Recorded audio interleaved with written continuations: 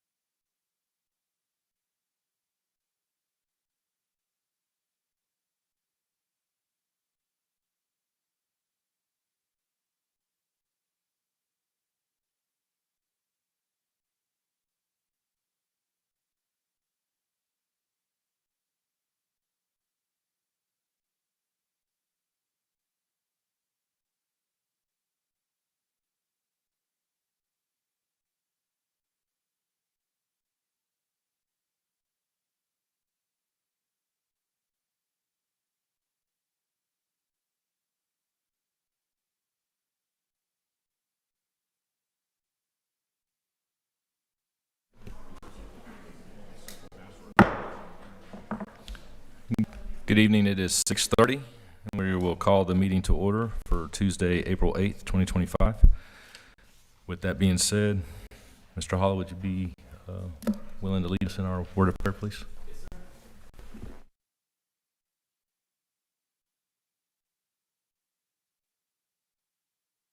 For life that you have given us, that we are in your hands, and you've told us in the Gospel of John 10 that once we're in your hand, nothing can take us out of that. Thank you for that reassurance.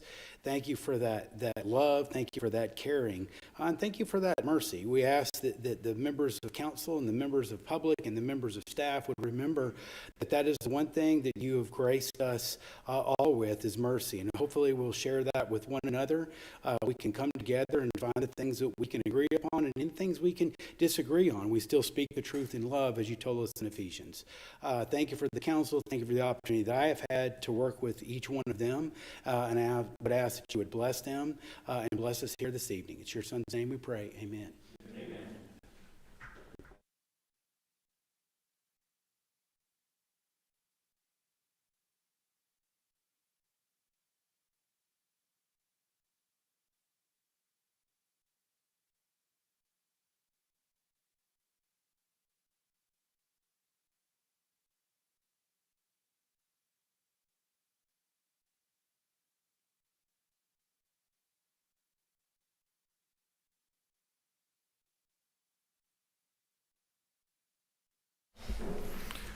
Okay.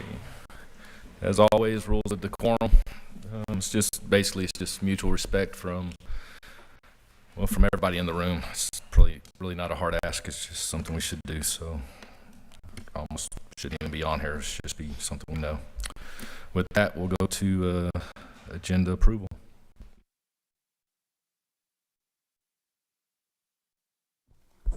I'll make a motion to approve the agenda as written. Is there a second? Second. All in favor? Aye. Aye. Okay. Aye. Show that unanimous. That will bring us to citizens' comments. Time is at 3 minutes on citizens' comments. If you are in thought or wrapping it up, I'll let you finish. But let's, with the sake of a busy night, let's try to stay on time with that. 3 minutes. First up is going to be Mr. John Warham.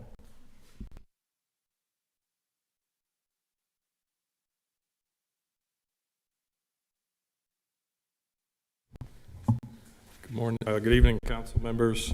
John Warham, 1515 Rapasso Way, McLendon-Chisholm. Speaking on item 8.2, outdoor lighting ordinance. So this sounds like a really good thing, but there's some significant ramifications, both legal and financial, for every citizen in McLendon-Chisholm. So I have some questions that I know he can't answer now, but I'd like answered by Councilmember Day. First was, what was the demand for this? How many residents requested this? Or is this just something that he came up with on his own? So where did this come from? Second is the process and citizen participation. So in multiple places, the proposed ordinance refers to the commission. Who were the members of the commission? How many members were on the commission? Since this is going to affect every resident, it will, was there an opportunity for citizens to review and provide input as was done with the city charter? Third is the financial and legal impacts. Has a financial impact study been conducted? So by the definition of the ordinance, pretty much every resident is out of compliance. So what is the cost of replacing non-conforming lights? And we have 5 years if this passes. And that includes both the street lights in my neighborhood, which are old-fashioned lights that project light out, and for people's personal homes. So who's going to do the enforcement? Is this a city employee working outside of normal working hours because it's going to be dark? Or will citizens be expected to turn in their neighbors if they commit light trespass, which is a really, to me, an alarming term. It sounds like a criminal offense, like a felony. So fourth is security. For many people, the landscape and entry lighting on their house is really for security. So it stays on at night, it deters people from coming up to the property. Have you looked into any studies on the effects of crime rate? If we start darkening everything, does crime rate go up? So on the thing here, a couple of things. So it says on whereas the city was presented with scientific studies on the health and safety risks of certain lighting devices. What body presented that data? And where's a copy of what was presented? Also on this reference of Texas Local Government Section 51.001, referencing good government, peace, and order, I don't think this applies. I don't think that statute applies to outdoor lighting. I think that's a stretch. Let's see. So I guess everybody knows you got 5 years if you're out of compliance. So to wrap up, I've heard you spend a year on this. I went online and I looked up the Texas Dark Skies website, and I found this same basic thing, just a boilerplate. So it looks like there's a few wording changes, very few. Some things have been taken out.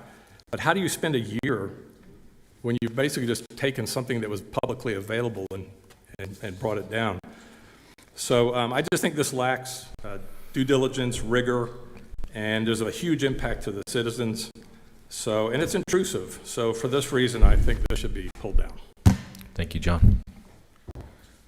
Next up is Jennifer Hildreth.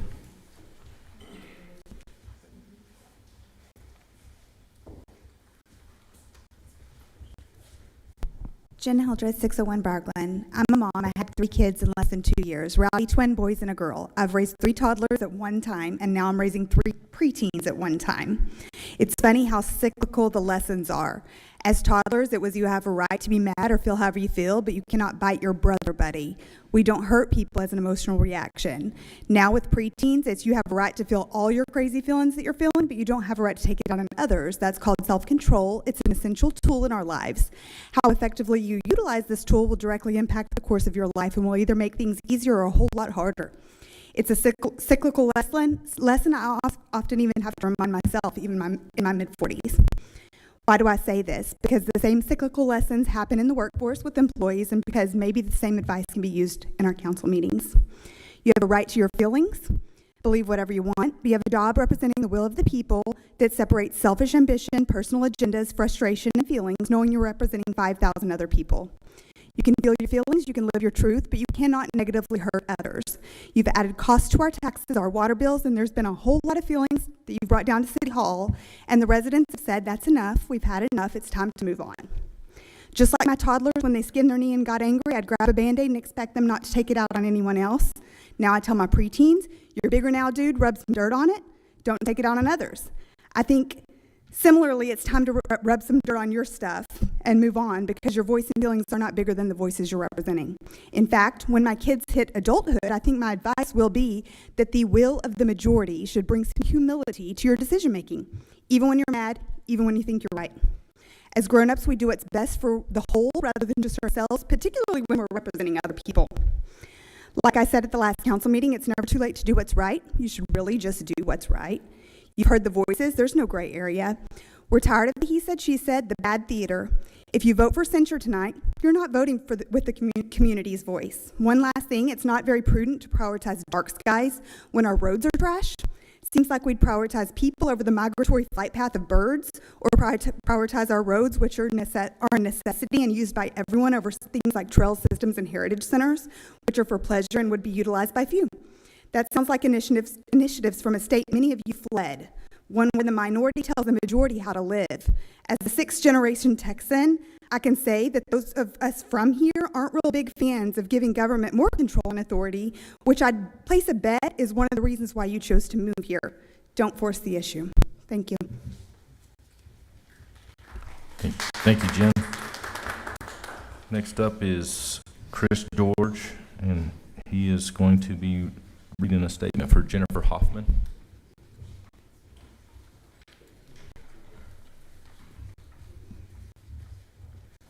Good evening, Mayor, Council, City staff. My name is Chris George, 3085 Bridge Creek Drive, Rockwall, Texas.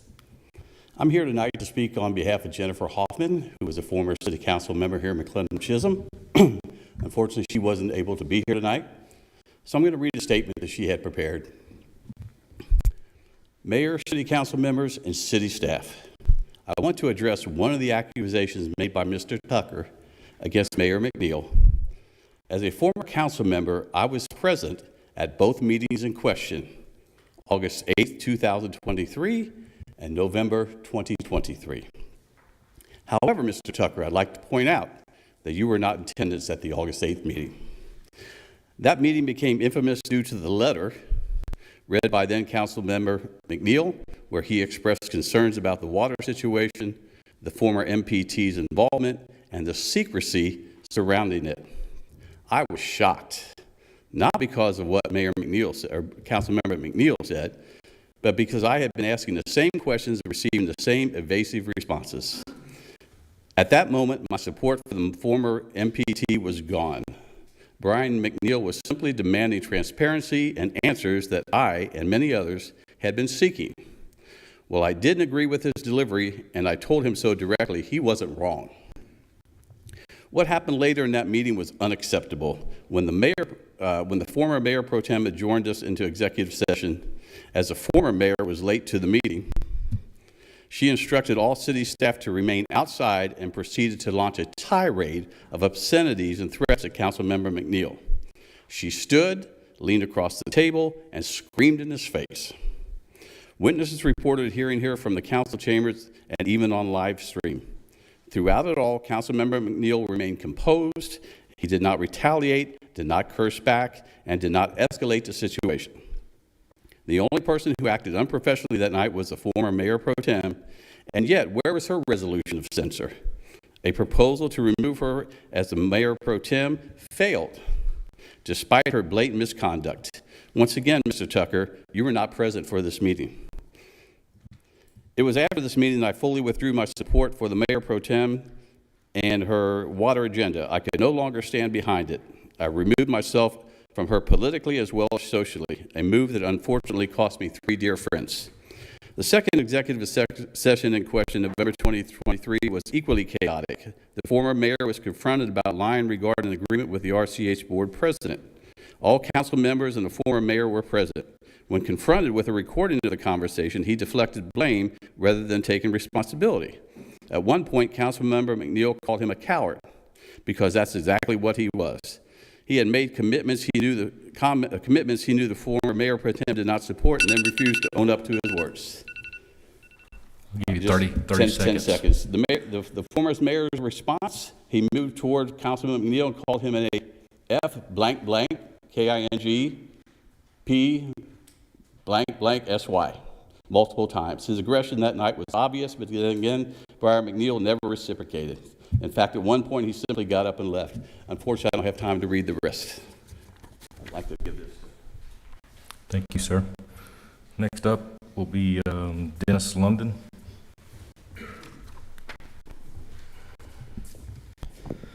Good evening, Mayor, council members, city staff.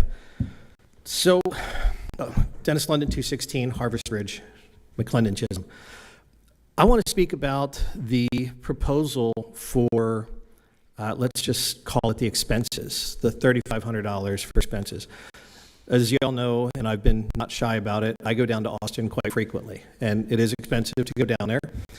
And right now we have over 80 bills, and I'm tracking 102 that I know of that are directly impacting local governance, local control.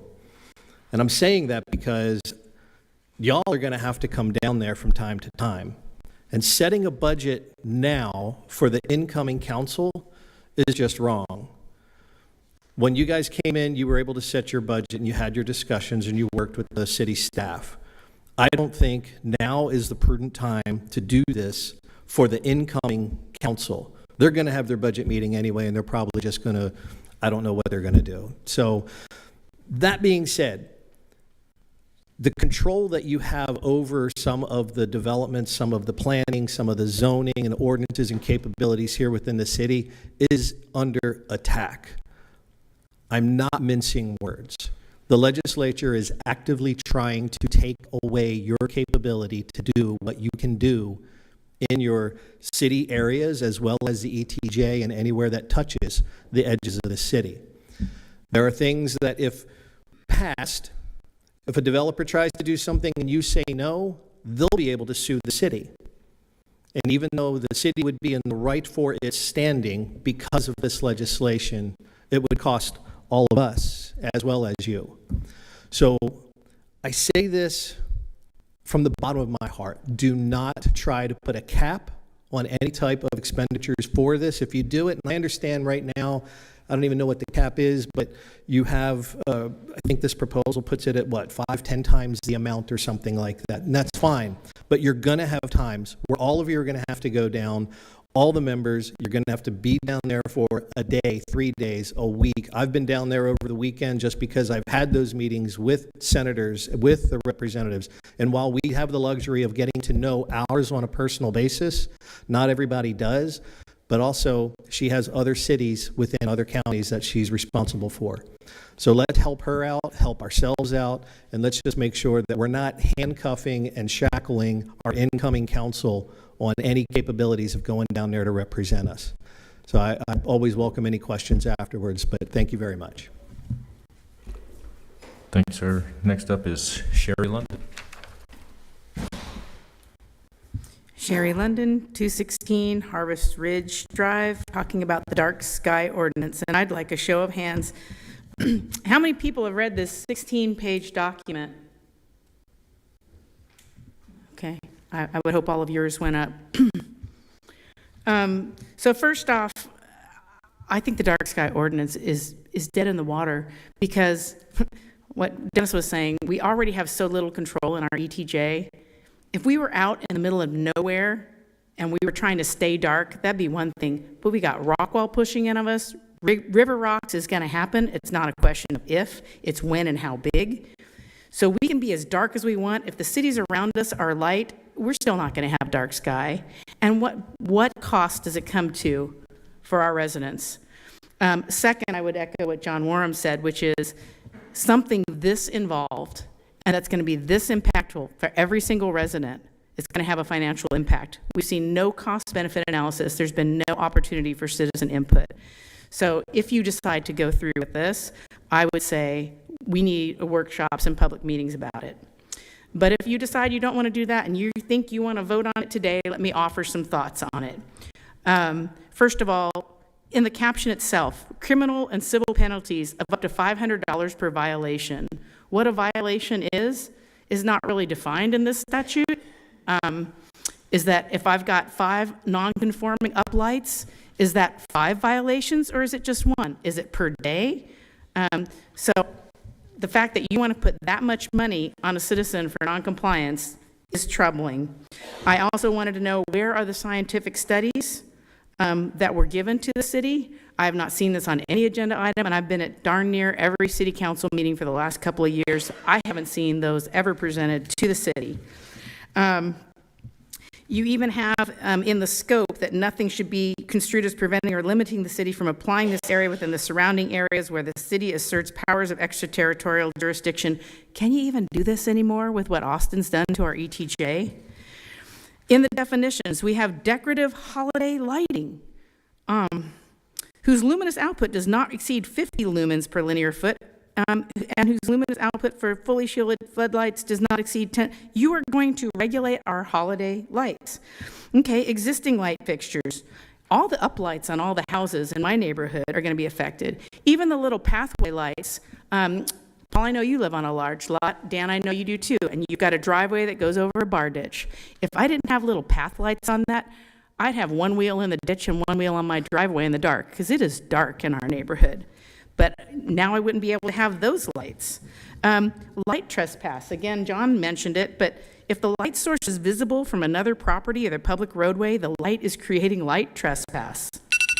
I mean, there is just so much here that needs to be looked at, that needs careful consideration, that needs a cost-benefit analysis, that I urge you to table this tonight and have public hearings on it instead, if it's something you want to go through with. Thank you. Thank you.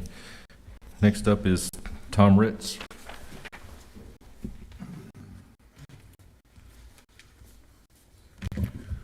Tom Ritz, 1305 Somerset, up in Kingsbridge. Last time I was up here, I quoted from Cicero, but I never did translate it. What it really said is, how much longer are you going to abuse our patience? Well, I guess the answer is this meeting and the next one, because the feckless four will be gone, thank heavens. We're talking about these, what they're doing is just wasting our time, and it's basically, it's throwing a turd in the punch bowl, because that's what they're doing. Outdoor lighting, ridiculous. The travel policy to hamstring our city council from working towards what they need to do. And the last one, policy for censure. Well, because they couldn't get anything done, because they were outwitted by David Naylor, who's a CEO of a multi-billion-dollar corporation. They figured they know better than he did. So they tried to do everything they could to make RCH look bad. Oh, and I guess my last statement is that just to show you, somebody who sues their employer and they're working for an educational institution, you know, educational institutions talk to each other. Paul Day, you're going to make yourself unemployable. You're going to never get a job again. So I suggest that you drop all these things. In fact, the best thing you could do is the advice I gave you last time. Resign so that we don't have to put up with you guys anymore. Thank you. Thank you, Tom. Next up is Mr. Bud Hoy.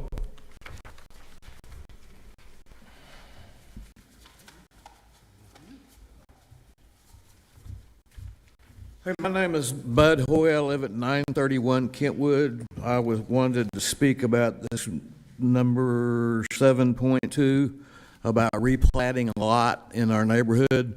This neighborhood has a soil conservation lake in it, and I don't know an exact number. I can show you. This is a lot easier to look at than it is to talk about, but it looks to me like almost all of that lot is inside an emergency spillway crest elevation. The way this lake's laid out, the water, when it rains like it did not long ago, it comes within about here to Mr. McNeil from the back of my garage. And I'm concerned that if that thing is zoned for single-family residence, somebody's going to end up in there and try to start raising the ground up so they can build a house, and I don't have any leeway before my house gets flooded. I guess y'all have seen this. Can I come up and show you this?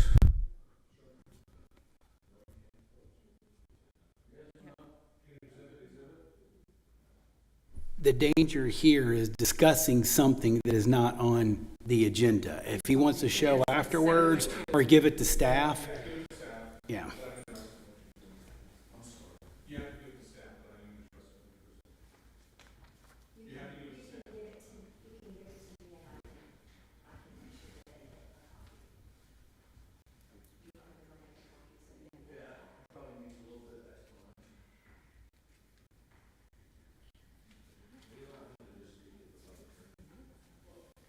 That's kind of the point of all this. It's to speak. If he wants to give out things and stuff like that, that should be done either as an agenda item or at another time. So, yeah.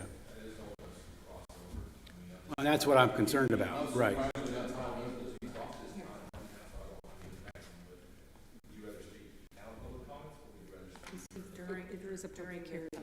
Oh, okay. Yeah.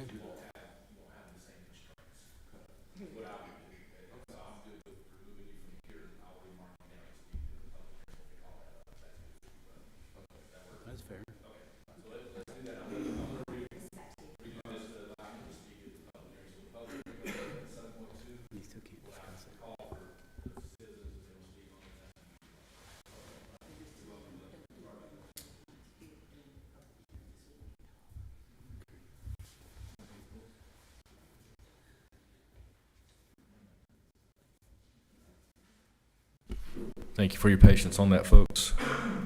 Last up in citizens' comments right now would be Gina Manis.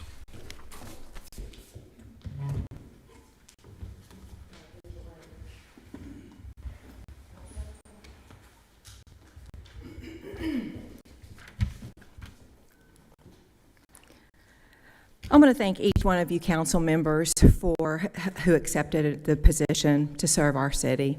What a task you've had. I appreciate all your hard work, every single one of you. I even worked with some of you in protecting our city's water when RCH was a mess under the old board. We rallied RCH users to say no to Aqua, and we won. I've watched since then as RCH is restructured, and I also watched our city not being at a place to own and operate a water utility at this point in time. When we were then presented with two candidates for mayor, I watched both candidates leading up to the election. Initially, I was directly opposed to the thought of Councilman McNeil, what he knows. Slowly, though, true character and integrity became apparent in both candidates. Councilman McNeil's genuine heart to help people, listen to their views, and consider various opinions while respectfully sharing his own simply could not be ignored. Even then, running into him in December at Cabela's and Allen before last May's election as he stood at the door collecting donations for Toys for Tots, I wanted to keep walking and simply wave, but we stopped and we talked. Again, I could not ignore he was the same guy on and off duty as a councilman and candidate. He truly cared and has continued to care to this day. Our whole family voted for Mayor McNeil, and I have not regretted it for a single second. I truly like each one of you and ask you now, imagine being asked, has any one of you done your job with absolute perfection to the rules and in all your conduct? If so, also imagine then being invited to sit in this chair so we can all shake your hand as you truly deserve to be honored. Now I ask you to consider if perhaps some of the rabbit trails being chased are more of a digression from personal agendas and feelings. Now is the time to reevaluate, which only shows strength, not weakness. Most strife I've seen is rooted in pride or vengeance from either harboring an offense or from old friendships gone bad. Last council meeting, even after Councilman McLendon read his list, there was still a room full of we citizens who raised our hands in support of Mayor. If you truly want to serve we the people, please abstain from any motion of resolution or action to censure. It's time to move forward. I support you, Mayor. Thank you for all y'all have done. Thank you, Gina.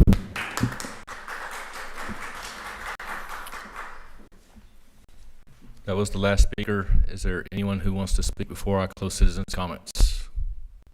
If not, it is 6:58. Citizens' comments are closed.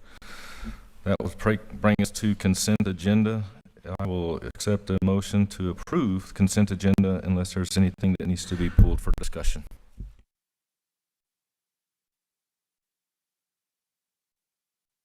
I'll make a motion to approve. Is there a second? I'll second. All those in favor? Aye. Show that one unanimous.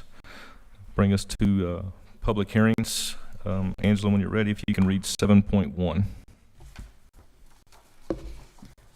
Conduct a public hearing and consider an ordinance regarding an application requesting a zoning change from SF 2.5 and general business to solely general business located at Lot 1, Block A of Heron Addition, acres 2.4465, known as 120 Heron Circle, Rockwall, Texas 75032. This property is generally located along SH 205 next to Rosini's Vineyards. Rockwall CAD property ID number is 17109. Thank you. It is 7 o'clock. This public hearing is open.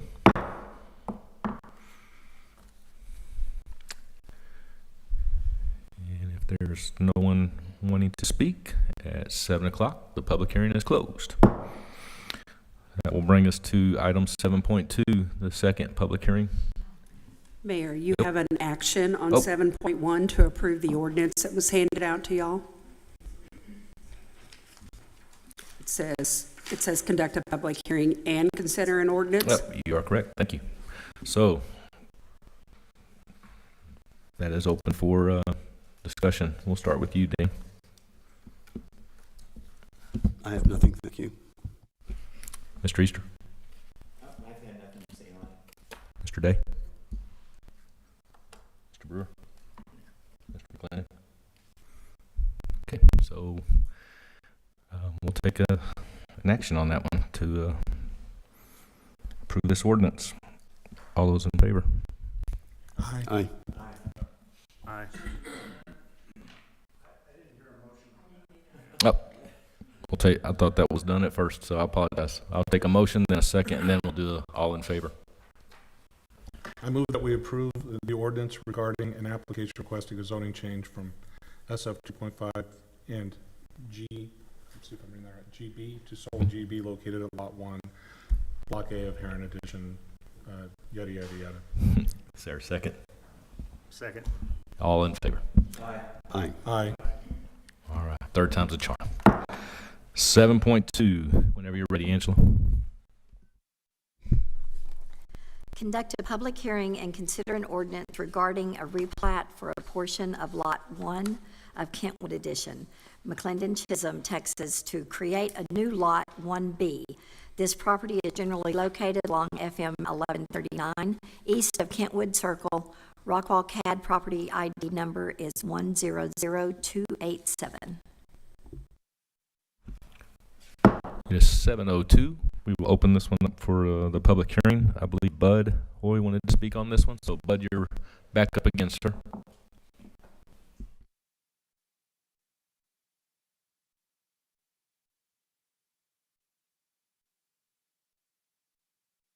Can I show you this?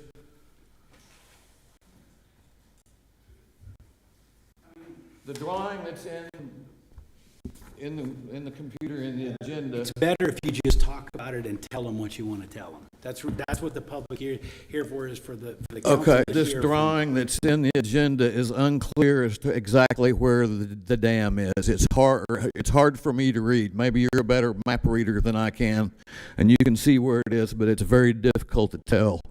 But there's this crestway elevation here for emergencies. It runs parallel to the 75-foot building line. This little bitty bit on the end is the only part that's not inside that. My house is upstream from it. As I said before, the water gets real close to the back of my house. And if you look at these elevations on the drawing, it starts dropping down as it goes, so it doesn't get higher until it gets way back over in here. So I don't see there's any.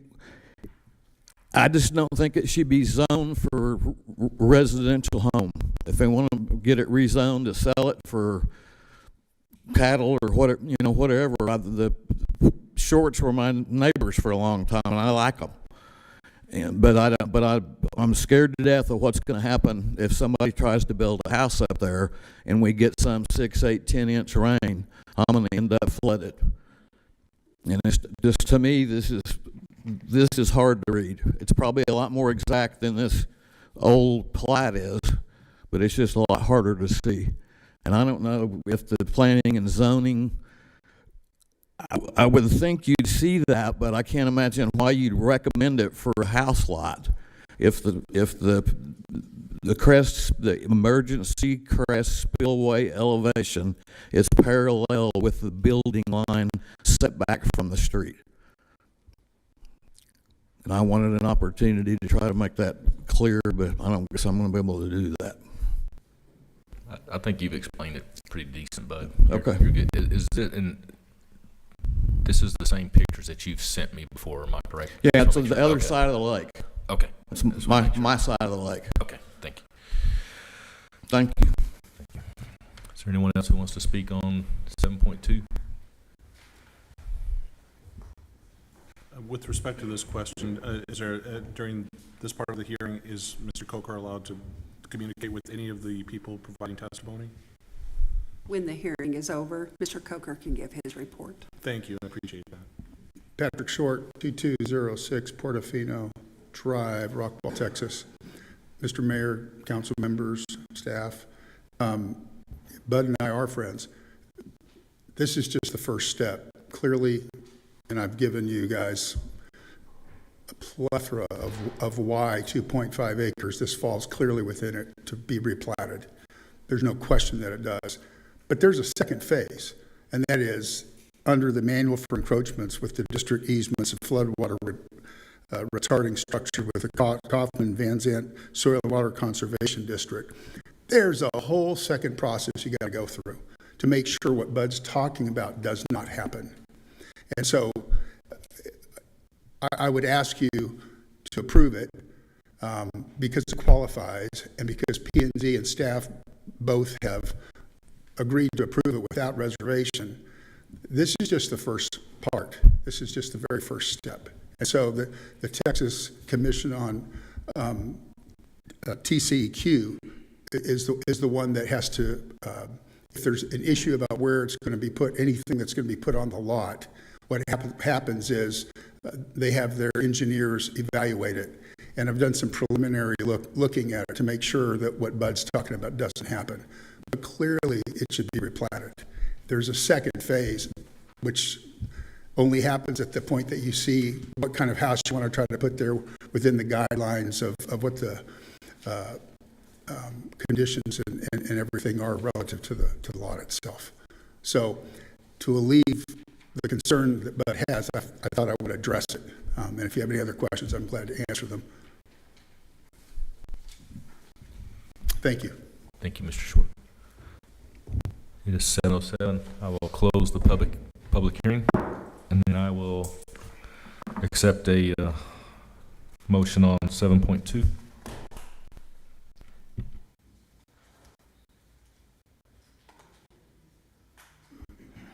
I'll make a motion to consider an ordinance regarding a replat for portion of Lot 1 of Kentwood Edition, McLendon-Chisholm, Texas, to create a new Lot 1B.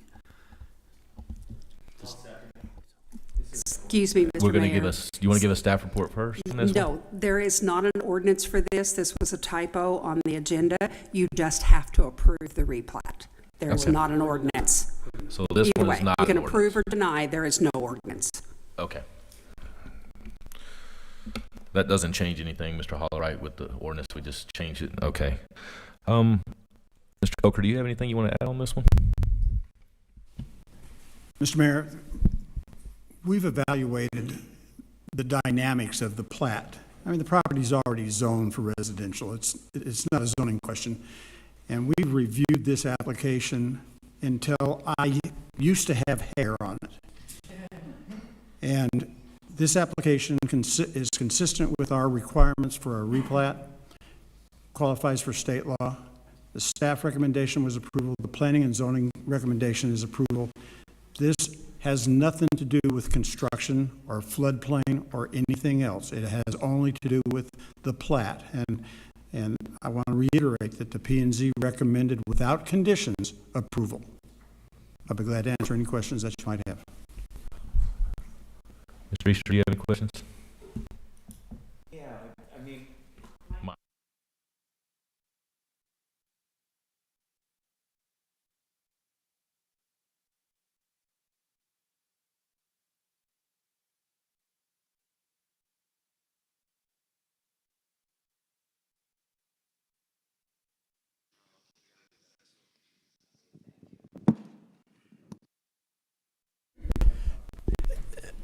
yeah, I'd like to try to figure out a way to reconcile some of the concerns that what's Mr. Doyle, Bud Doyle? Oh, him, thank you. Try to reconcile some of these issues, and I don't know how to do that. I guess there's gonna be a second step on it, and so he'll have another opportunity when we go through that, and he'll stay engaged in the process and can offer input, because given all the issues with water and everything around here, it'd be nice to try to find a where these neighbors stay friendly as we go forward. So that's all I've got to say.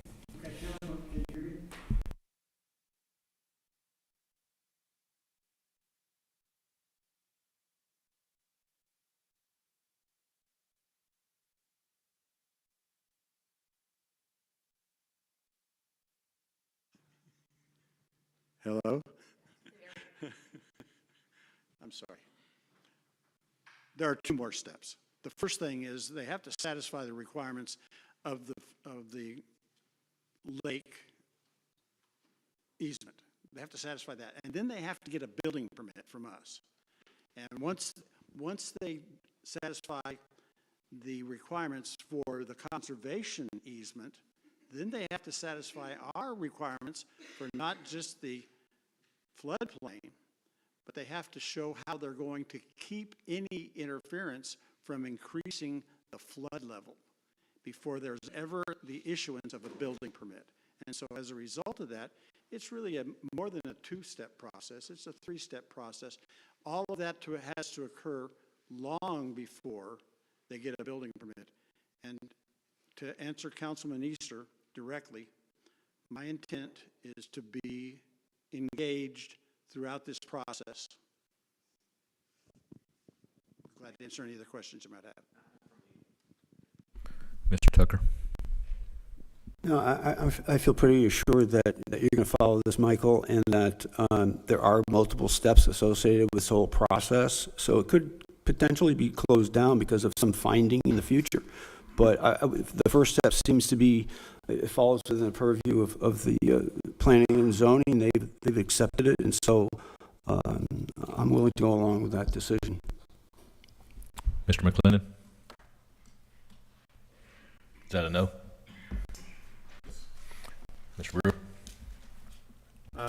Yeah, I think because there's going to be several repeats of going through this, I think some of the concerns that Mr. Hoyle talked about will probably be addressed during those times, and certainly we'll be making decisions based on what comes out from that. So, Mr. Day? All right, well then this is to approve a replat. I believe since it was misstated with the ordinance, should we restate that again? Or Yes, just do the motion to either approve it or to deny it. okay, so just make sure we don't say ordinance. Whoever wants to make a motion. Yeah, I'll move that we consider, or that we approve a replat for a portion of Lot 1 of Kentwood Edition, McLendon-Chisholm, Texas, to create a new Lot 1B. Is there a second? I'll second. Okay, all in favor, please. Aye. Aye. Aye. Show that unanimous. Do you need to get ready for 8.1 before we call it? Do you need a few minutes? You're good? All right, well then you can read 8.1 and then we'll go from there. Presentation of draft Heritage Center and campus feasibility study. All right, this will be Mr. Burdett.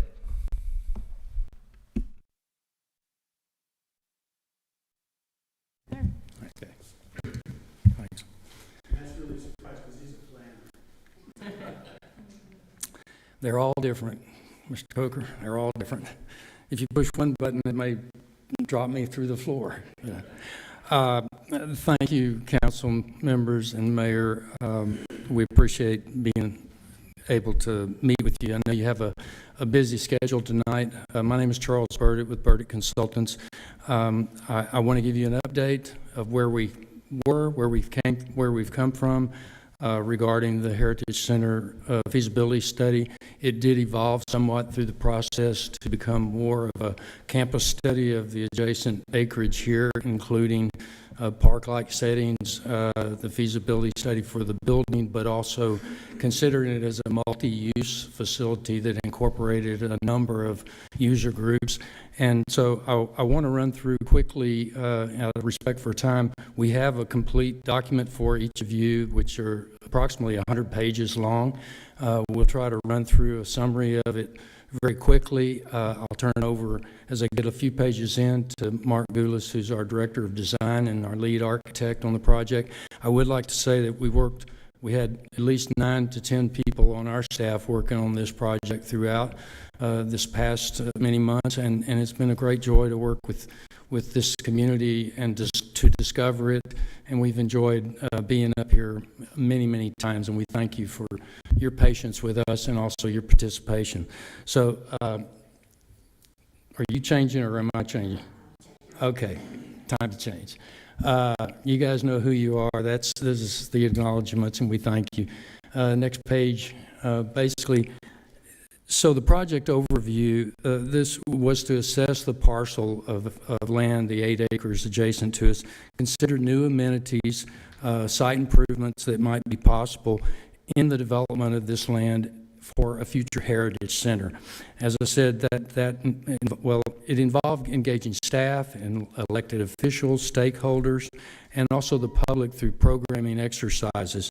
That was done through determining feasibility and concepts, recommendations, and future development. Part of the project was to determine different options for the buildings and site improvements. We rendered these in 3D models, which you'll find in the document. Also provided very robust opinions of probable costs, realistic opinions of cost, and for each option that we determined. Just quickly, next page. You're experiencing rapid growth, incredible growth, and everyone is aware of that. With that growth, there are certainly challenges that come about, but also great opportunities for quality of life that you know that this community faces and future residents will face. But there's also great opportunities for those retail services, commercial services, and you have such an optimistic future, and it's wonderful. These images are from the document, so pardon some of the why this fits or doesn't fit. Next slide, please. Just to update you and remind you, the RFQ that was responded to by our firm, I'm going to just read to you what the original RFQ stated, and specifically the city is seeking assistance in visually demonstrating our proposed heritage center that is identified in the city's comprehensive plan document. So this was part of the comprehensive plan document, and some of the items that were listed in that document was to make sure that there were institutional uses that city, county, and school district might participate in. Also to have combinations of office space and restaurants, entertainment, and also to maintain a rural feel of this community. To also address arts and culture, and then to bring in parks and trails, open space, ponds and creeks. And while that's not all entirely possible on the 8 acres here, to keep that in mind as something for us as a guideline to follow, we did our best to follow that. Within the feasibility study, you'll find recommendations for appropriate development, the campus-like setting that would become an eventual hub that would have park-like amenities, native landscapes, and a multi-use center that would afford the opportunity to demonstrate your past history and the culture of this community. And the processes included are the following listed items on there, and I won't go through every one of them because you will see the results of that as we go through. But basically, a campus master plan, floor plans, 3D renderings, opinions of probable cost, and a number of other contents. Determinations, go to the early determinations. Last slide up. You got it. There's a misspelling there. Yes, we made a mistake on it. I'd like to blame someone else, but that was me. At any rate, there was intense meetings conducted with a mayor, with mayors, with council members, with city staff, and the community as well. And the focus was on developing a multi-use facility that could serve a variety of purposes and different user groups. And they're listed quite. I think it's a good list. It hits history and heritage, performing arts, gathering spaces, recreation, library, receptions and banquets, reunions, nonprofits, and government offices. Also, we looked at something that's rentable for the community, that is a scale that can be used by future and current users, but also that gives you some cost recovery model for the future where you could regain some of that operating cost of the facility. Programming is the next slide. And simplified, it's the process of determining what should be designed and what will accommodate the goals and objectives of any project. And it really defines what your expectations are, the alternatives, and balancing the scope and the budget together. The project became, through that process, the master plan and the pre-schematic designs that you'll see in the master plan that or the document that we show you here shortly. Next slide. The master planning process, it focuses on community. It focuses on gathering spaces and a celebration of the history and also the heritage. One up, please. I think we hit one before there. There we go. Publicly accessible park spaces and a multi-use center, green space, and new native tree plantings. The process that we followed in the master planning really addressed the future community needs, the user experiences that all your user groups, it won't satisfy all of them because you don't want to make it too tight in there, but to really include outdoor spaces, security, and parking that allow you to build a campus-like setting and also to tie in to the adjacent park properties that you have dedicated to the city. Next steps, while this jumps forward a little bit, the next steps forward would be, this is a study. No, one up. Go back one. There. Did I miss it? Okay, well, we'll do that one. Go down to that next slide. It's hard when you're not driving. Next steps, right.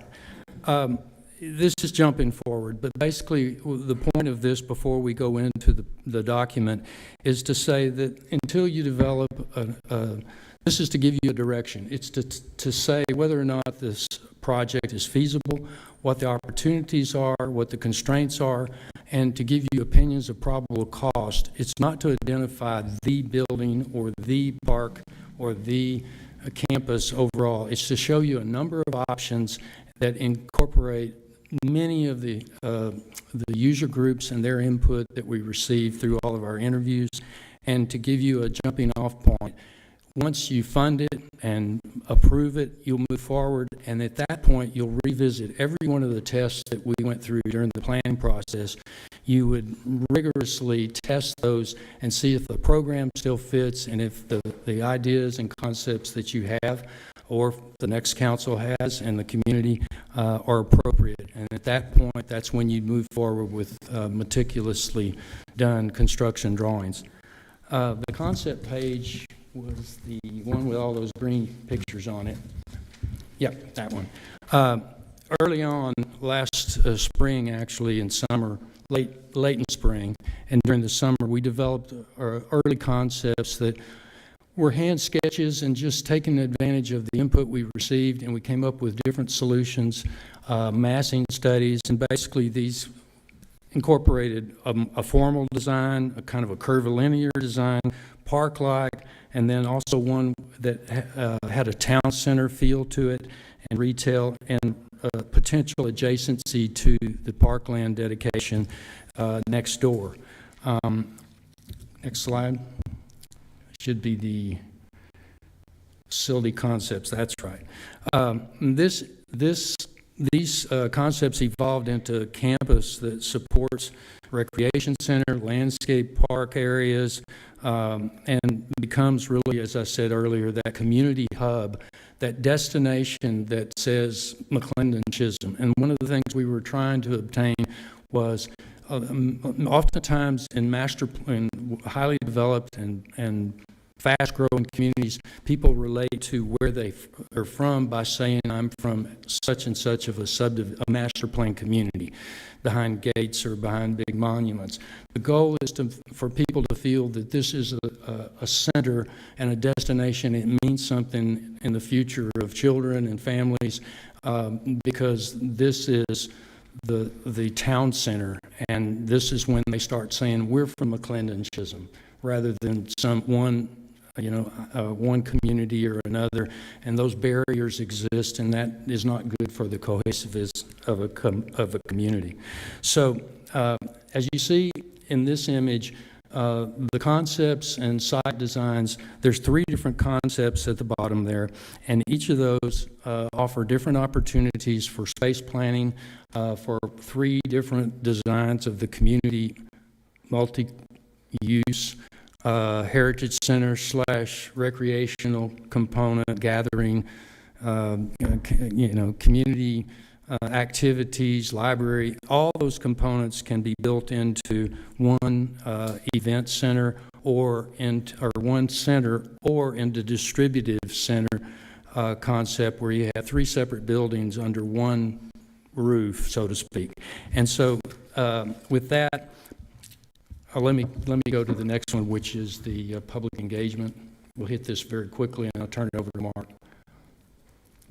That's it. There was community engagement, handouts, and many of you attended, which we appreciate. There's some images of that meeting, notes from some of our tables. Everybody that we had here for those meetings took notes, and those are within the document that we'll distribute to you shortly.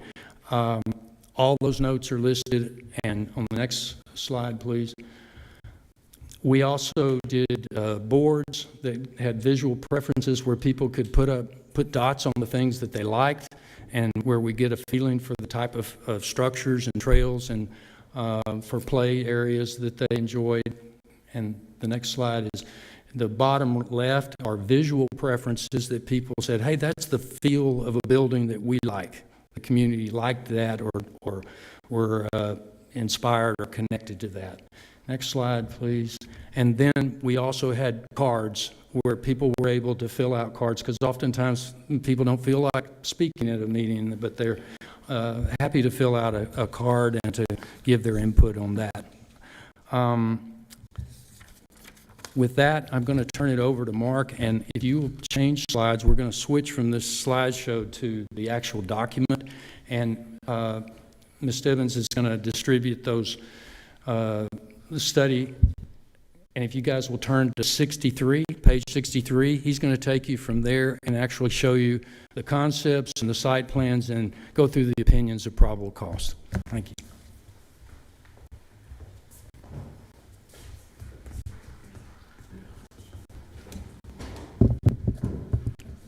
Thank you, Charles. Thank you, council. By the way, he always takes responsibility for misspelling. He's our English teacher in our firm. Actually, was somebody else. If you can start. Oh, you're working on it. Okay.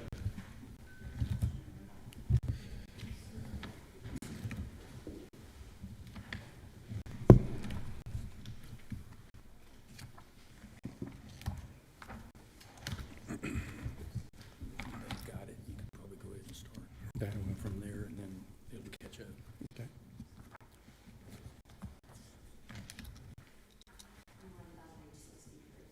Okay, please.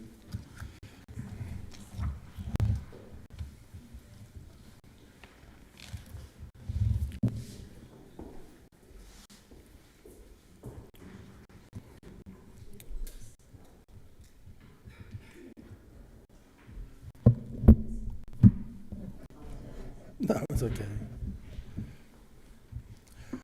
Well, she's looking for that. Basically, what Charles had talked about, we actually had a lot of meetings to try to establish what kind of programming requirements that the council, the staff, and the citizens wanted for the project.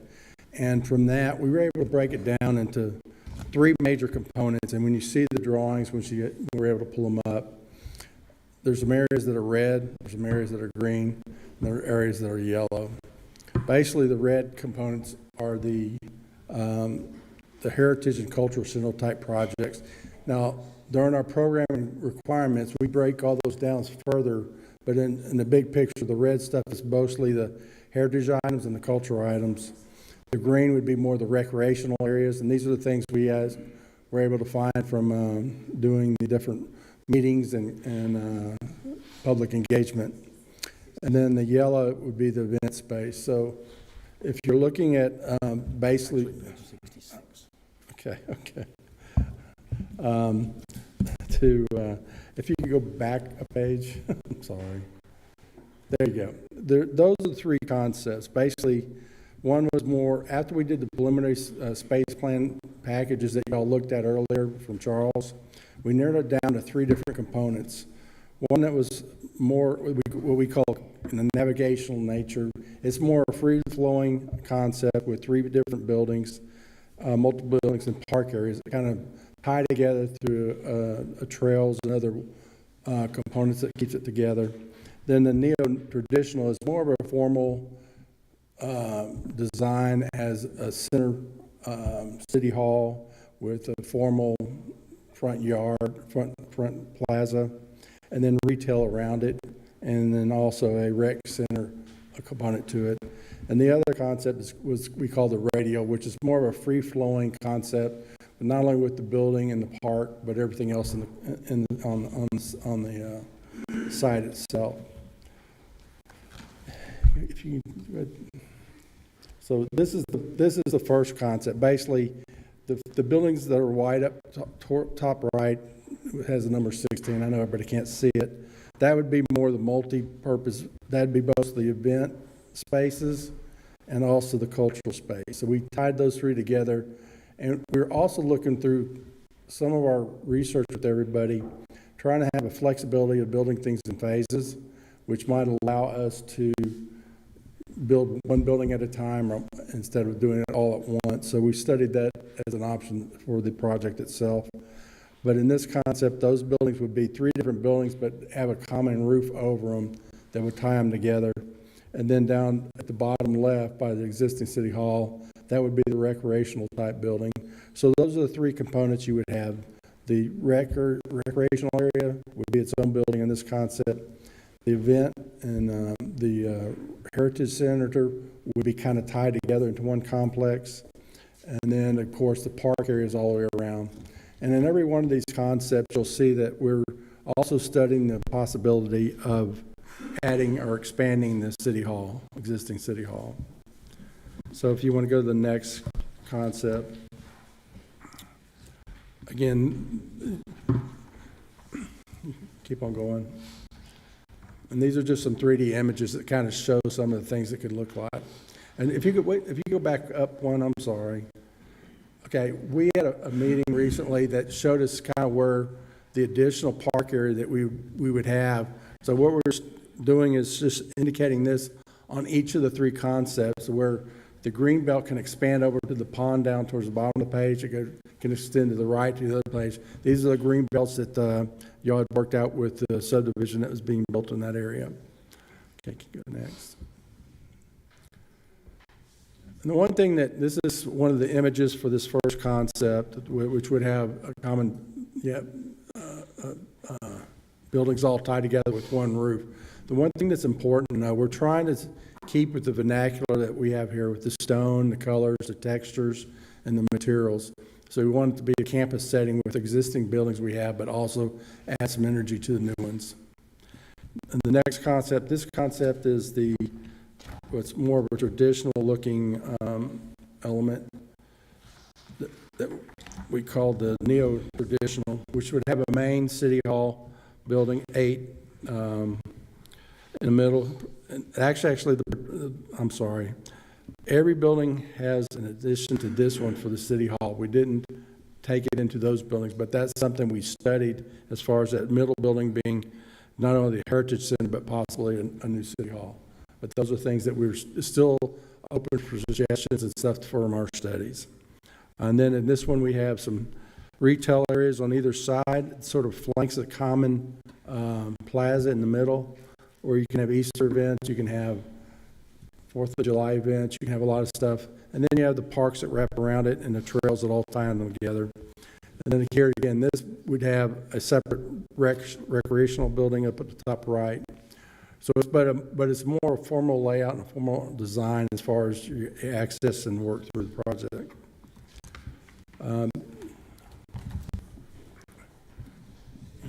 Go to the next concept on page.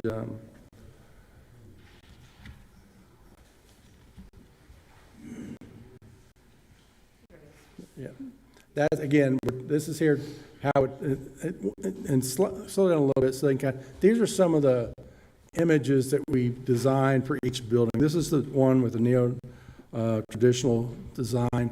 It would have a formal front entry with materials that are similar to what we have here, but also create a grand entry to the building itself through the plaza, the green belt and the plaza out front. Go next. Again, this is just another image of it from another view that you can see to the far distance. There's a retail that would be opened up so you can kind of tie it all together. So on a beautiful day, y'all could have events out here, and if there's retail there, we could have stuff to work to develop at that too. And this final concept is one we call the radial. So it kind of has a curved nature to it, and it's pretty obvious. But it kind of circles around the events. But if you look at the basic plan, if you go to the next sheet, yeah, you can see where the green areas is the, again, the recreational area. The red area is the culture area, and the yellow is the event spaces. So they're all blend together, but they're tied together with the same roof. And then on this concept, we actually put an amphitheater to the far right. But every one of these concepts have what was a priority for all of them is to make sure whatever the building and the structures were, there was a park setting that tied them all together, not only through paths, but other potential opportunities where we could have a walk, that educational walk that kids can learn stuff about the history of McLendon-Chisholm and anything other of that nature to have fun with that. If you want to slide down, you kind of see some of the images that that building could look like.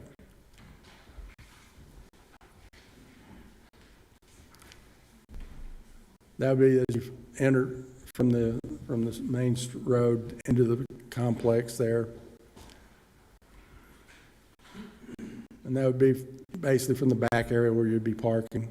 It's a little bit more dramatic as far as the design concepts, but again, a lot of things can be done as it evolves to soften it up if that was the case that we wanted the direction we wanted to go.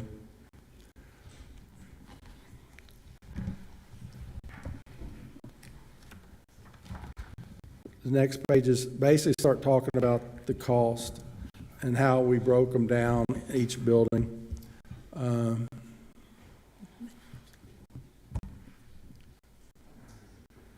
Right.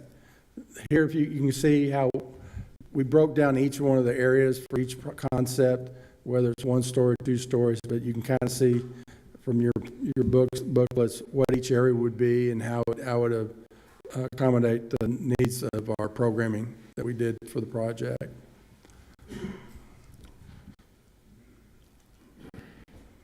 You kind of, again, this is similar site plan you saw before. It just breaks it down a little bit more. In this concept, we also had a splash pad over by the recreational area, so we had another component to that to add something else for us to have in on our park areas.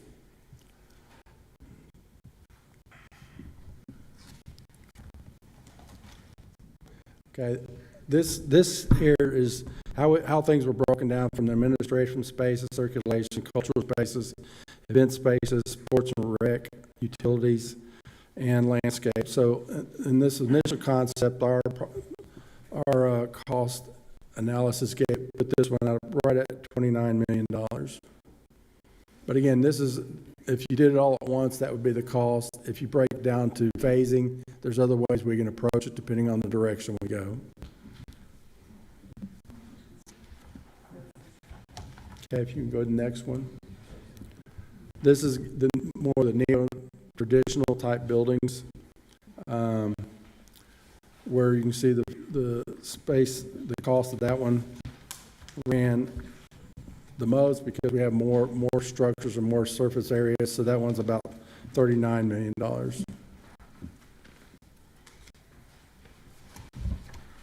Again, a lot of the stuff to keep in mind is we were just trying to get a lump sum for everything. These things can be phased, it can be analyzed differently, but at this point, that's the direction we went with to give you all some sense of cost. And the third concept would be the radial concept, and it actually is right at $30 million. Again, the curved nature of it will increase the cost a little bit, but as far as the simplicity of design and straightforward of it, it can be built easily. So that gives you sort of a quick, and I know we rushed through it, I know on time, but gives you a quick analysis of what we've got done so far for this package. And if you have any questions or any comments, we'd love to hear it. Thank y'all for doing that. I will. Mr. Tucker, do you have anything? There's a lot to consume here. The first thing I saw was on the third design, which I liked particularly, was you had a walkway continually around the entirety of the construction, all of it. The whole, you utilize all the space and around it, the perimeter. You had walkway, which was very, very nice, and I didn't see that in the others. The walkways were somewhat limited and removed to one part of the whole field. Right. So that was, I think people like that, because if it's 2 miles or a mile and a half or what have you, they get to walk that on a daily basis. They kind of time whatever, and so that appealed to me. The cost, I guess, there was 20,000 square feet, I believe, differential with the $39 million package. No, it was 15,000 more square feet with a $39 million package versus the others, which were $30 million, and they were about 77 to 80,000 square feet of property, square footage. So you can see with the extra cost was added to that one that obviously ended up with a larger square footage capacities. So those are some of the things I saw on the immediate. They are all beautiful plans. I mean, I appreciate, all in their entireties, but I'd have to look at this a lot more closely. I won't be on council when it makes the decision, but what you provided here is great in terms of the concepts. I mean, really well delineated. You've got square footage, you've got cost, you've got, a sense of what we're going to be looking at here in the future for each one of these and how they're laid out in the context of the existing buildings that we have here. So it's just a great outcome, I think, on you guys' part. I appreciate that. Really appreciate it. And please remember, please take these home, study them a little, and let them breathe with you a bit. Mark them up, and dog ear them, do whatever you need to do, and then please get with Ms. Sivens and the mayor, and they'll get in touch with us, and we'll make whatever revisions we need to make or answer any questions too. So, I mean, this is the first formal draft that you guys have gotten to see in the community, so it's a lot to absorb. We spend a lot of time and effort to try to get it as accurate as possible, but we know with every test you take, there could be a few little mistakes here and there that, from a cost standpoint, those things that we're working hard on to make sure we refine those numbers. So there's maybe a little bit loose numbers on those aspects, but in general, we think they're going to be in that price range. and they have been a moving target for some time, as you guys probably are experiencing as well. Mr. Brewer, do you have anything? Very well put together. Good job. I think for me, I kind of lean towards concept one just because I see, to me, there's a lot more green space available and there's some trails. I do like what Mayor Pro Tem Tucker said about having a trail that kind of loops around the whole outer area. Right. And I like the idea of maybe just having a main building and make it a multi-use building. I don't know if we start loading buildings all the way around in that property, we're kind of defeating the purpose of the park, in my opinion. But I'm going to take this in and really good work on it. Thank y'all. By the way, one thing that these documents do is it does help you decide what you don't want. And so often by the process of elimination, you find the discovery of confirmation of what you do want and what's good for the community. So thank you for that. And the other thing too is that we do a lot of parks, so we like parks. And every building we do, we like to do buildings as an architect. But the park and the landscape and the architecture need to blend in a way that makes it a nice space to be. And more trails, the better, I always say. Mr. McLendon? Thank you for your time and effort to put this presentation together. Really appreciate it. Thank you. Mr. Easter? Yeah, I'd like to say thank you also. And I appreciate your imagination on all of this and looking at, trying to put together a wide range of options that kind of fit this. And so I definitely want to take a look at this and try to digest it a little bit further. But thank you for your time and effort. Yeah, we thought that was important to have multiple concepts that kind of stir more interest. And we've had a great turnout with the community, with the staff, with you guys, to be able to create these images and understand kind of the direction you would like to go. But this is just a step to get to our final goal. Mr. Day? On concepts 1 and 2, I was looking very carefully for any manifestations of an auditorium or a performance hall, and I don't think that those are in those concepts. Is that correct? If you look on page 67. Show me where they are. 70? 67. 67. Okay. Mm-hmm. You've got I see okay, I'm seeing it now. Yeah, you got the auditorium, you have an event space, multiple flex space for if you have different schools and want to have different events there, that's an opportunity there. What's the approximate capacity for that? I would say at least 500. At least? Mm-hmm. But I would have to confirm that and get back with you all on an exact number on that. Because if you look at every single one of the concepts, if you go to sheet, okay, let me here.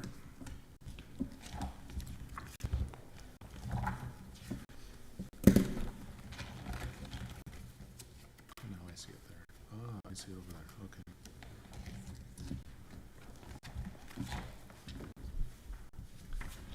And just while you're searching for that, it's 500 for all 3 concepts or better? Yeah, that was the goal. If you look at concept 3, you've got, that's page 79. Mm-hmm. You have a large event space and a large auditorium in those concepts. And they're all flex spaces. There's a lot of things that could happen in there. Y'all could have events, y'all could have plays, y'all could have musicals, you could have all kinds of stuff. But the auditorium would have risers and raised seating and all of this. Again, a lot. We haven't built out the interiors yet, because that would be, we start getting into how many benches go inside and all the FF&E, and at this point, it's the decision that you guys give us of where we take this. We can take it any direction you want. Right. And if you look at 73, again, there's those common spaces that you're looking for. Yeah, I saw that. Now that I knew kind of where to look for it, the yellow, I was able to identify it. Remember, the 3 things are the red are more the heritage type stuff, library, historic play areas, reading spaces, that nature. The green is more the activity space, rec spaces that people requested. So, and then the yellow are more the event spaces. So we kind of kept those 3, even though they're broken down differently. And once you go to the programming, you'll see that. The general, there's 3 different components, major components that play into it on all concepts. So the feedback I've gotten from constituents is when I bring up the concept of a performance center or performance hall or something where performing arts could happen, they just explode with excitement over that idea. Yep. And we heard that a lot of comments. That's why we incorporated all 3 concepts. The only concern I have is that 500 might be too small considering the demand. So again, I'll get back with you. I'll send an email to the city and give you an exact number on those. Awesome. Thank you. I'll see how big these concepts are. Awesome. Thank you very much. You bet. I've got another question, if I may, and I know this might be getting to the weeds too early, and you may not have really looked at this, but on concept number 3, they have the amphitheater. What's the capacity on that? Any idea what that might be? Ballpark figure based on the drawing? And you're having done it in the past, perhaps? We have, if you look on page 95, That's where I'm, there's an amphitheater. 13,500 square feet of area, 1,354 occupancy. Okay, so the OCC is the number of seating. Yeah. Now, is there generally an overhead associated with that of any sort? There is at the end stage end, at this concept has one at the end for the stage. Okay. But, and again, it'll evolve as the project evolves to what kind of space it would be as far as that goes. But most of it's open air. Okay. In this concept. But you have seen them with the projected right. covering for the audience itself. Okay, correct. Great. Thanks for the number. I didn't see that. I didn't interpret it right. Paul, I mean, if you look at 1358 and the size of that green space, proportionally you see that those spaces are probably more like 750 for seating than 500. Yeah, the three concepts, the one that kind of seems to fit what I was kind of envisioning for this originally, and we've been talking about it for a long time, was concept 3. Right. Because it does have that outdoor amphitheater component, but it also has the indoor option as well. It's interesting. It would be interesting to see if we could get a little bit larger space in that amphitheater, because I do think that 500 is gonna undersell the demand that we're gonna be having for events here. I have a feeling there's gonna be, 900 seats would probably sell out for some of the events that people would like to do. That's great. Cool. Ms. Burdett, I don't have any questions. I know we've spoke numerous times on this, so I'm good. I definitely appreciate y'all driving up from Houston, I believe. So Not that far. Not that far, but close.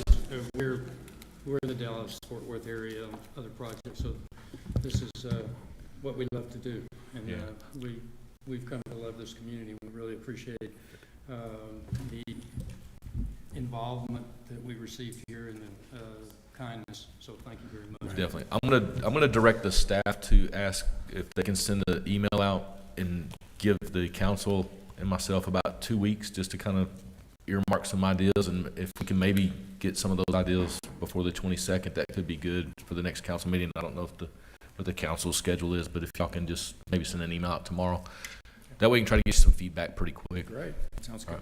Right. Thank y'all again. Appreciate you. Yes, sir. Is there any chance that the staff could get an electronic version of their presentation? We have one. Yep. We do have one. Yeah, I think Mr. Burdett brought it up today, so thank you. Excuse me, Brian, is it possible to have this placed on the website, our website, this presentation? Can we do that? Yeah. Let's do it. Yeah, that would offer it to the public so they could get a sense of what's going on as well. All right. Does anybody need a recess or anything, or is everybody good to keep going? All right. It is 7:54. I will put us in a 10-minute recess, so we'll come back at, we'll just make it easy, 8:05. We're in recess till 8:05. Thank you.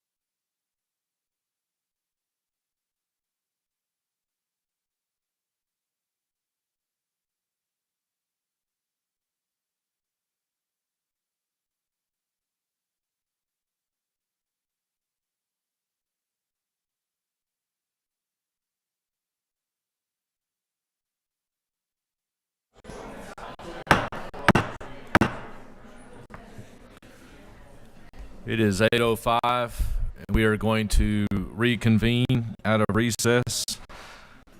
The next item that would be up is 8.2. I've been informed that we are going to pull that on recommendation of the city attorney to set up for the meeting on April 22nd, so that there can be a public hearing and then an introduction of the dark skies approve or disapprove ordinance. So 8.2 you don't need to read, as that one will be moved. So, Thank you, Mayor. you're welcome. 8.3, Angela. Discuss and consider approval to amend current travel policy by instituting a $3,500 cap on all expenses on a yearly basis for elected city officials. I'll entertain a motion.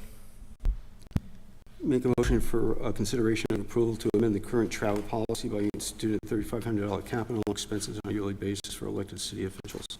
Is there a second? I'll second. Second by Mr. Easter. I'll second. Got it. It is open for discussion, so Mr. Tucker. So this is a continuation of something that we started in discussion 2 weeks ago, and we got into some logistics regarding this.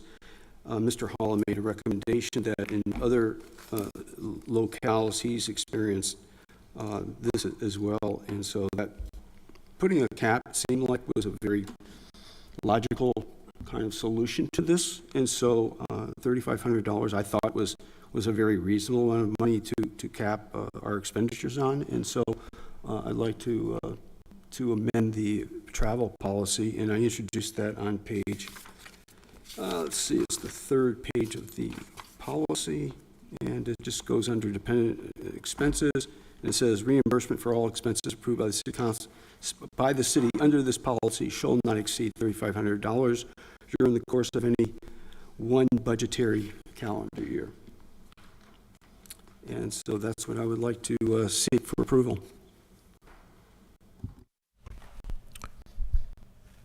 Staff report on Mayor, this. I need to ask a question, please. I just need clarification.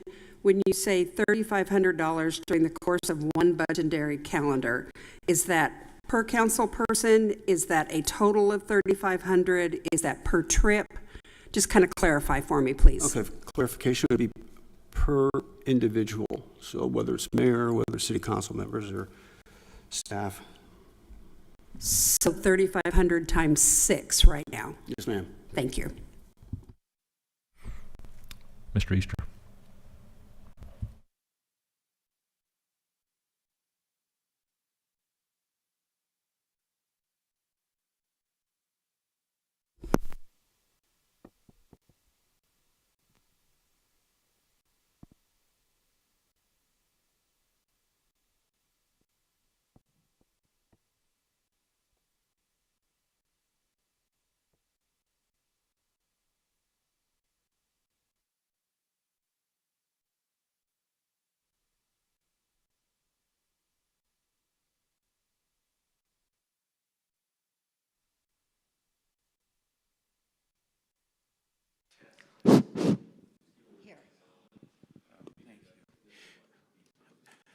I apologize for that.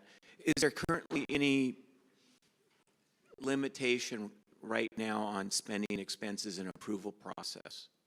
There is not any limitation on any particular person. There is a budget line in place for the year for travel and training right now, which if you guys may remember when we talked about it the last time, for the next budget cycle, we want to pull training out because that also includes the training registration fees and so forth. So we want to create 2 budget lines in the next fiscal year budget. And so that would take place next year. Where are we at right now on it? Is there any budget in there? We do not have the March books closed yet. We have not received them from our accountant yet. So at the moment, we are under the budget line. Okay. And with this new budget, that would have to be funded, and we'd have to adjust our budget at present, or what's the timing of this? If you are wanting to put this in place right now, the current budget, I believe, don't quote me, I think it's 10,000 for the year, and you are looking at 2.5 times that with this amount times 6. So we would have to amend the budget if you're wanting to change this for this budget year, which can be done. There will have to be budget amendments done soon anyway. And you said you don't know where we're at currently because the March books have closed. Is there an approximate amount where we're kind of at? No, Mike, I have no idea. I know that we're under it before the March trip. We have the March trip to go in to Washington, D.C. Okay, thank you. Mr. Day? I'm actually not prepared yet. Give me a minute to listen to the other testimony, please. Mr. Brewer? Yeah, I was thinking about this. I worry about setting a specific amount because each year is going to be a little different than the next.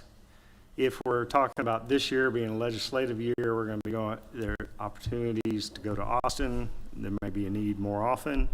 And then the next budgetary year, we may be less than that, which is fine.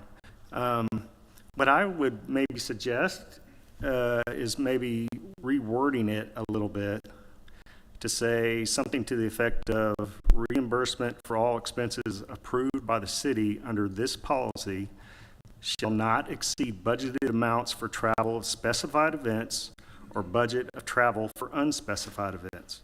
And that kind of forces it to, when we start talking budget in June, we're going to be lining out, okay, we know we have these conferences coming up. This is how much it's going to be budgeted for. And if we come to a point where and we even have some funds set aside for unexpected travel. I did that in my previous job. I always had to do that because we knew there was going to be certain trainings that we had to do every year. And we also knew that there would be, from time to time, trainings that would come up that we didn't know about. But we always allotted a little bit of money towards that for the unexpected stuff. I think that would be something I certainly would be advocating for in the next budget cycle.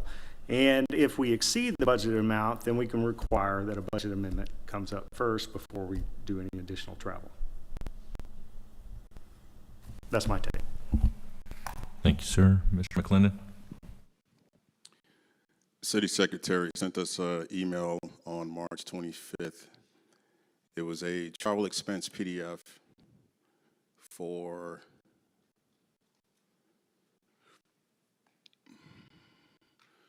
June 2024, September 2025.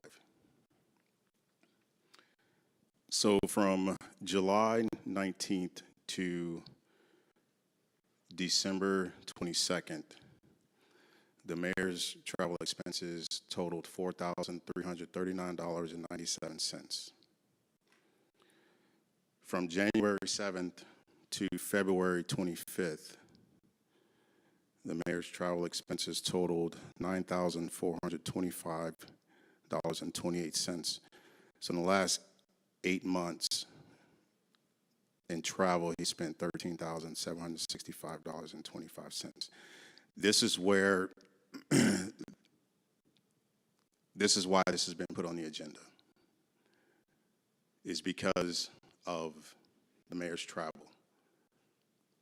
And it's being done without any communication with city council before or after, meaning I'm traveling, I went to Austin, I spoke to X, Y, and Z, these are the issues that we spoke about, and this is how it affects our city. Or, hey, council, I'm gonna go to Washington, D.C., and I'm gonna sit down with Congressman such and such, and we're gonna discuss these issues, and when I come back, I'll give you a report. Now, as I understand, as what I was told, is that the city administrator is the only one that has a check and balance for our travel.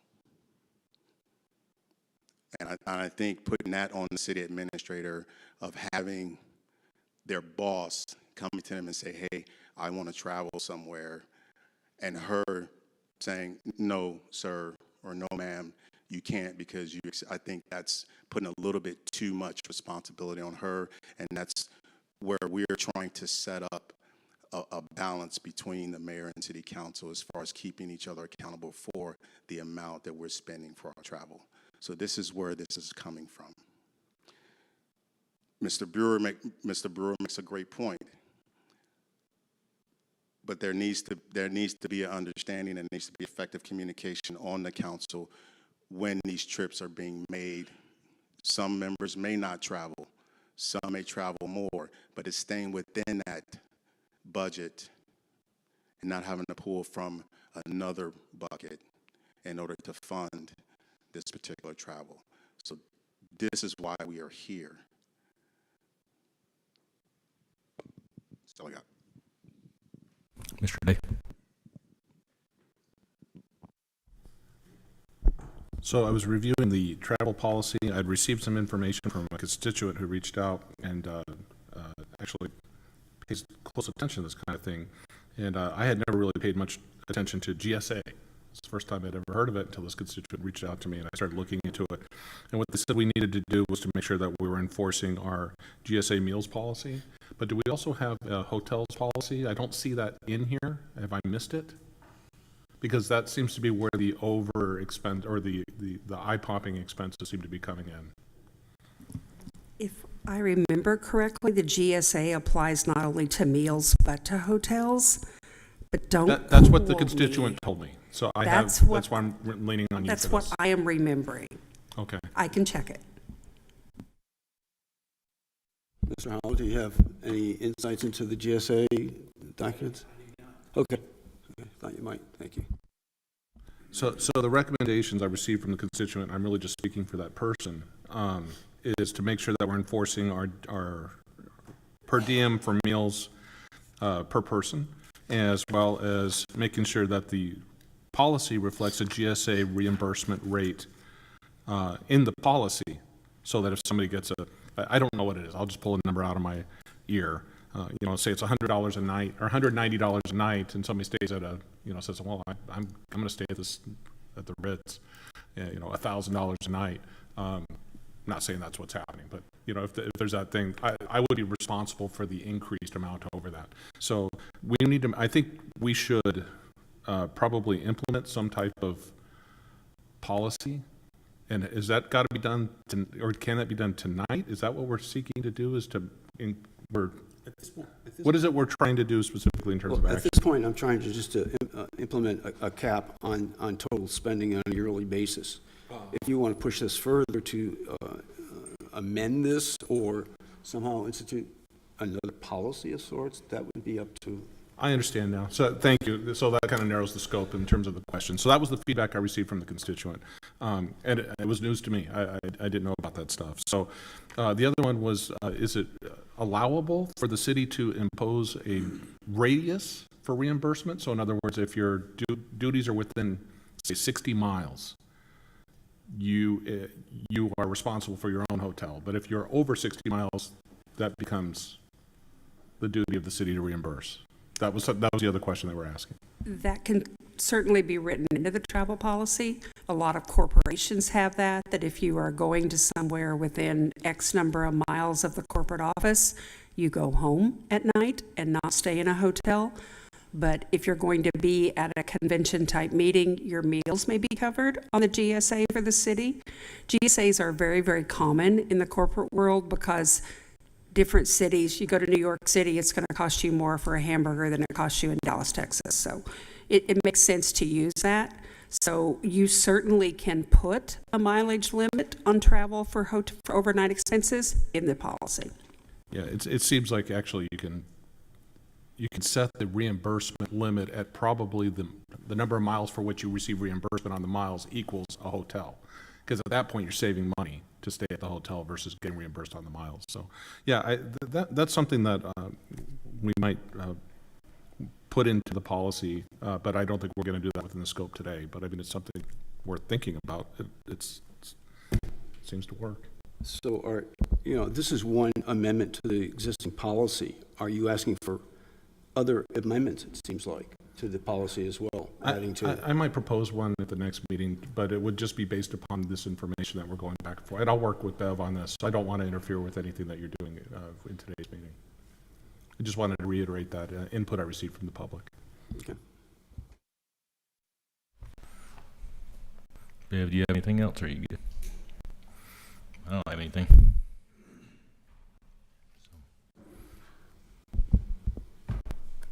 You made the motion.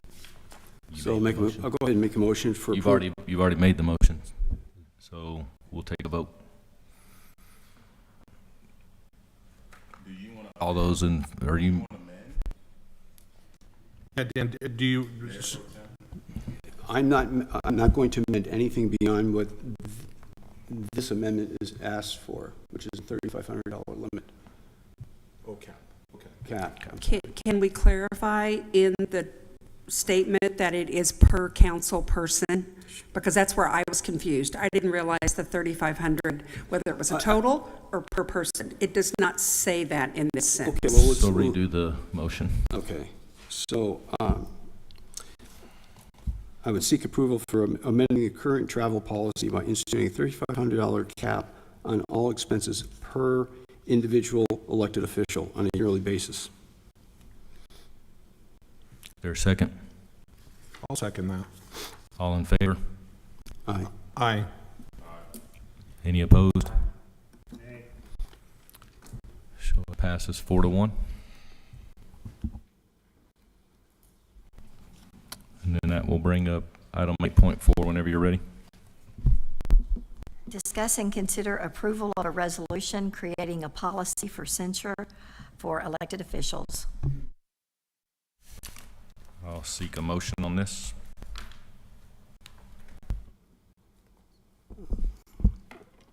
Make a motion to approve for approval of the resolution creating a policy for censure for elected officials. And Is there a second? I'll second. Okay, that opens it up for discussion. so on this, I was asking Mr. Hall if we could go into executive session. Can we do that?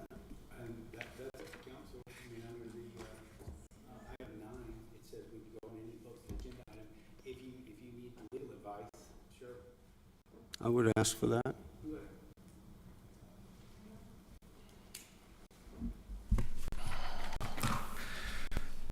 City Council for the City of McLendon-Chisholm, Texas reserves the right to convene into executive session at any time during the course of this meeting to discuss any matters listed as authorized by Texas Government Code, Chapter 551. It is 8:23, and we are in executive session.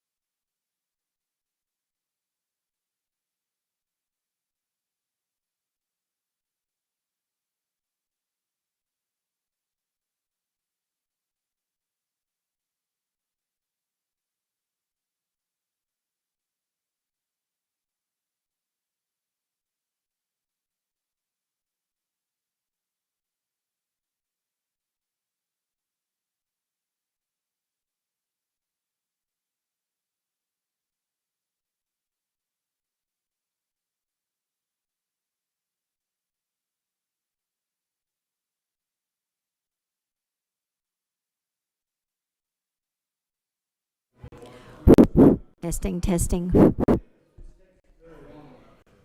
Testing, testing.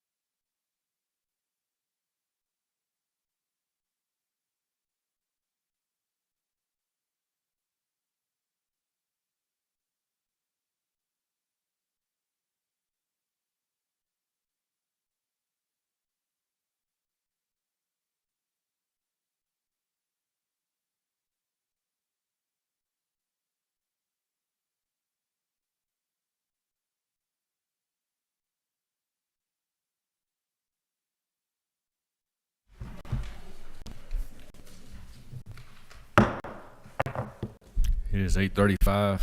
We are back from executive session where no action was taken. Mr. Tucker. Yep. Thank you.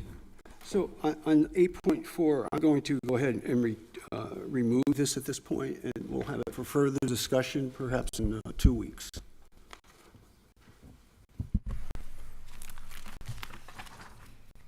Eight 8.4 is now removed.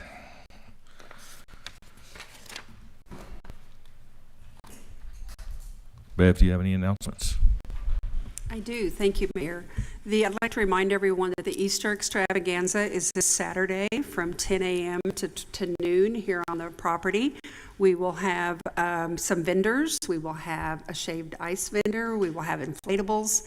We will have several age categories of an Easter egg hunt and a very special guest called the Easter Bunny, who will be here for photo opportunities. I would like to thank everyone who has stepped up to help us and pray for sunny skies. Chief. Crystal. Mr. Easter. No, sir. Mr. McLendon. Mr. Brewer. Tomorrow night, we have our second to last town hall on the city charter. The city charter was sent out a couple weeks ago. Everybody should have a copy that's a registered voter. If by some chance you didn't get one, by all means come to City Hall. It's also on the city website under the Home Rule section. The next one after tomorrow will be Thursday the 17th, just before early voting gets going. That'll be it. Thank you, sir. Mr. Day. I don't have anything. Mr. Tucker.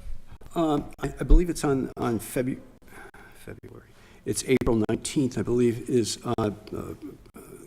Precinct 3 Commissioner Lauren Lichty will be having a meeting, I believe, here for discussion of the outer loops. I think that would be something that all of us would be entertained by.